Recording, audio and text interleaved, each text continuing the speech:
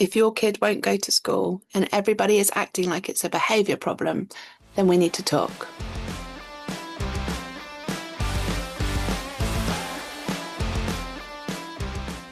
Welcome back to the channel. I'm Liz Mears, neurodivergent parenting coach, and let's be real about this. A parent myself to a 21-year-old and a 14-year-old, and I've also been through the mental health system myself, so I have got various amounts of experience in this. So I'm just coming to you, parent to parent, parent to carer, to talk to you about my experiences and hopefully help you find your way through.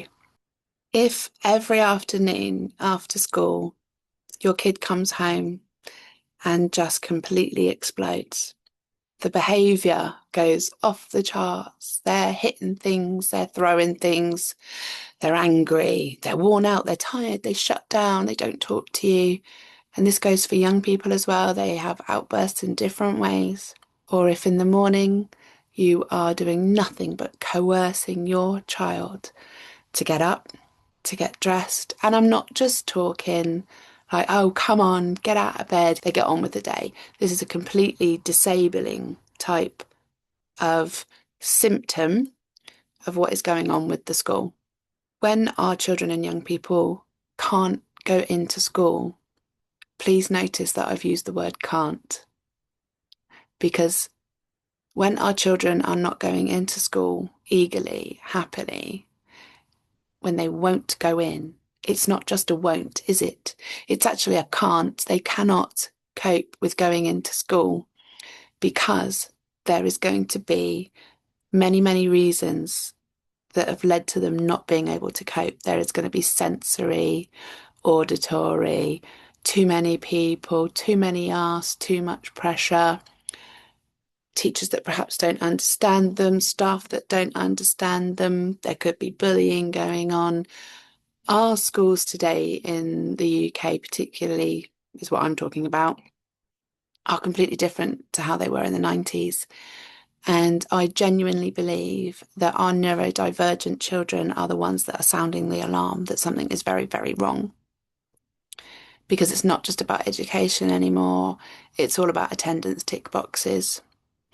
So if your child is very, very anxious, showing that perhaps they're tight-chested, or they've started picking their lip, or they've started biting their nails more, that they are overwhelmed, they are burnt out, they are snapping at little things that they wouldn't normally snap at, and they are not in general their usual self, that you know them because they're your kid, then I would suggest that what the problem is actually school.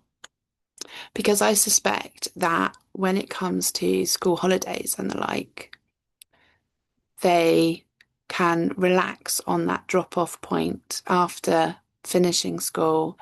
And maybe for, say it's a 2-week holiday, maybe for 4 days of that, you actually get to see your true child again, because they've come down off of that anxiety from being at school and they have reached a nervous system regulation area that allows them to be themselves again, where they're not scared. And then you will find that it goes up again to the other side once they start realising when they're going back to school. And I think you as a parent or carer are probably recognising that in yourself as well, because I used to hang on for the holidays, and then we'd all just collapse and nobody would want to do anything for a few days. It would just be a case of like, we are sitting on the sofa with duvets, we're not getting dressed because we were all just completely burnt out from just getting into school and trying to get education. And then we'd relax, and then we'd maybe be able to achieve a couple of fun days doing something. And I'm not talking massive days out. Quite often those were just more focused days where perhaps we did some art or something, or we went out in the garden and did something. I'm not talking about day trips to Alton Towers. So when your children are in survival mode, anything other than just, a baseline is a big ask. You start worrying about back to school because you know it's coming as well, and you're nervous how they're going to react, and you are terrified of bringing it up. Maybe you've got to get some new school uniform because, these kids keep growing. And even the thought of bringing up, oh, I need to get you some new trousers or PE kit or shoes, that will send your child into overwhelm, into tears. That's not normal behaviour for education. Our kids aren't having those reactions just for fun.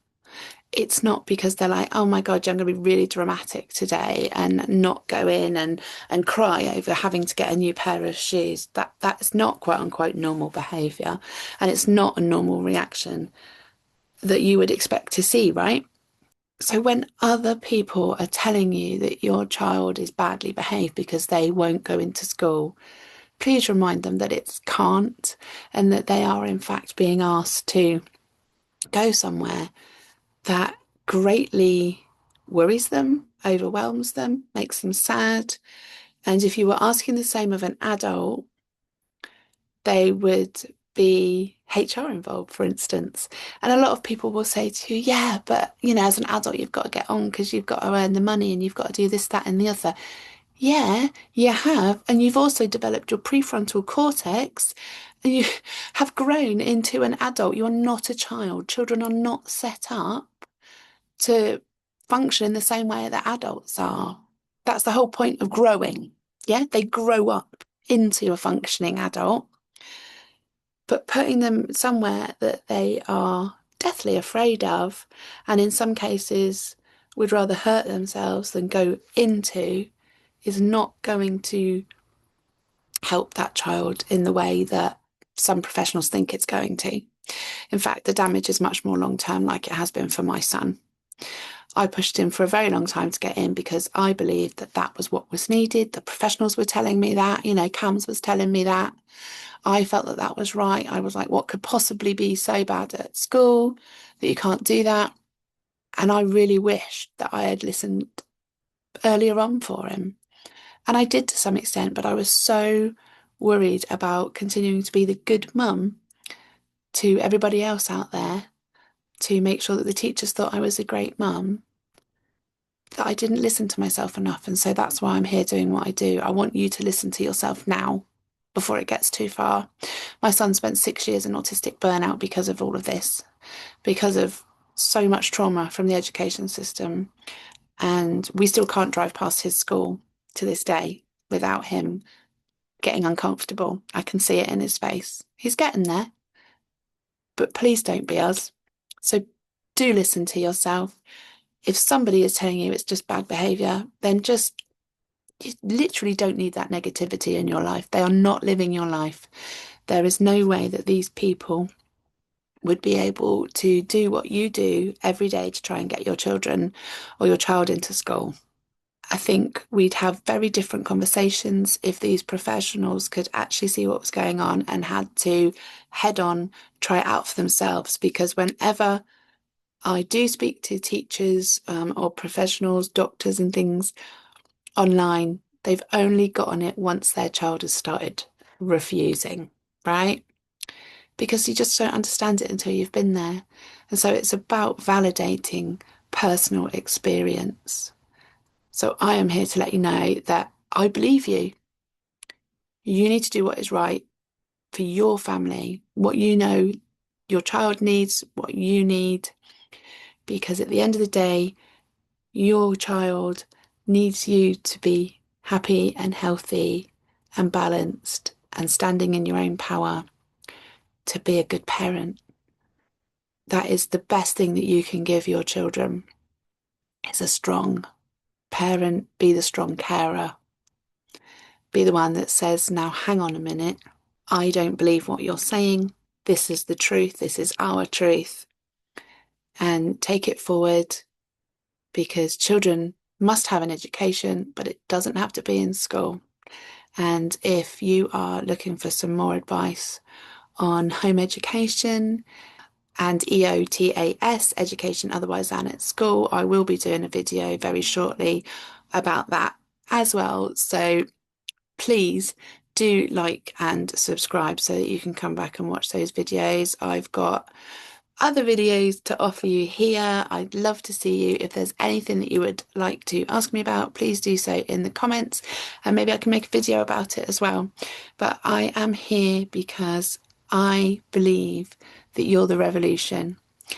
Parents, carers, siblings, aunties, uncles, the power lies with you. And I do believe that that power comes in the form of your beautiful children who you will do anything for.